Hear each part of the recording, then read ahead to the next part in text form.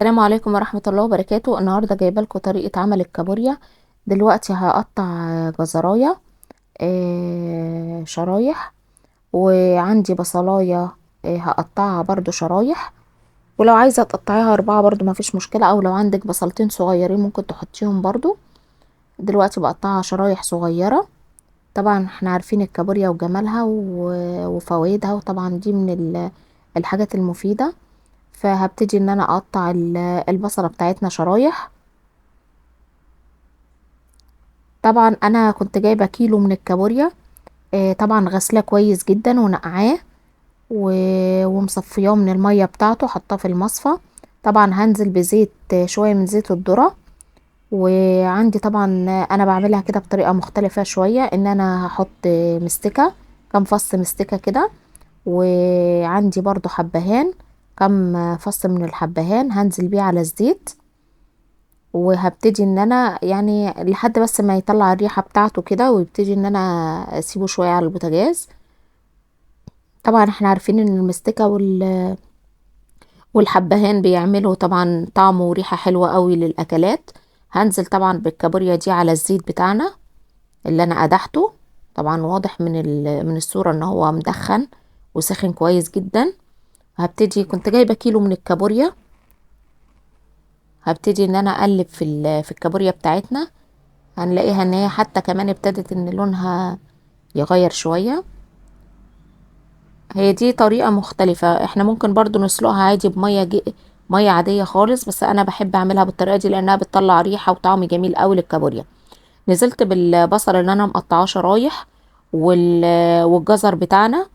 هي جزراية واحدة بس كفاية، وبصلاية واحدة تكون كبيرة.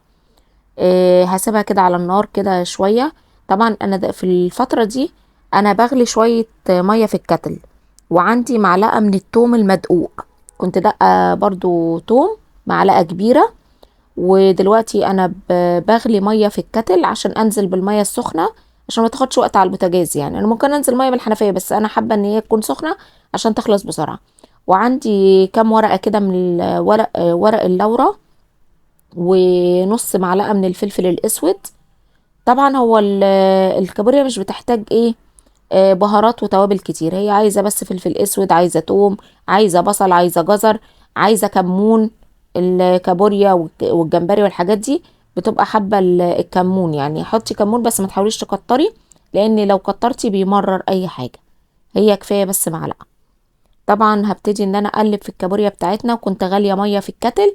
هبتدي انزل بمية مغلية عليها، وهسيبها طبعا ايه مع نفسها كده تلت ساعة نص ساعة على حسب. لو هي حجمها صغيرة مش هتاخد سوا، انما دي حجمها يعتبر حجم متوسط، فتاخد لها تقريبا كده نص ساعة. طبعا انا بزود مية تاني عشان المية طبعا مش كفاية، واسيبهم ان هما ايه يغلوا كده مع بعض وياخدوا من بعض.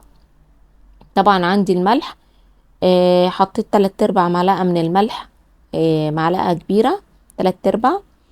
هبتدي ان انا اقلب فيها كده واسيبها تغلي كده، وده طبعا الشكل النهائي بالنسبة للكابوريا بتاعتنا. وهبتدي ان انا افصص فيها. وطبعا هي كانت لسه طالعة سخنة بصراحة. بصوا بقى، هي كانت طالعة سخنة دلوقتي، وشوفوا بقى جمالها وطعامتها وحلاوتها. طبعا احنا مفيش حد بيختلف على الكابوريا والجمبري والمأكولات البحرية بتاعتنا.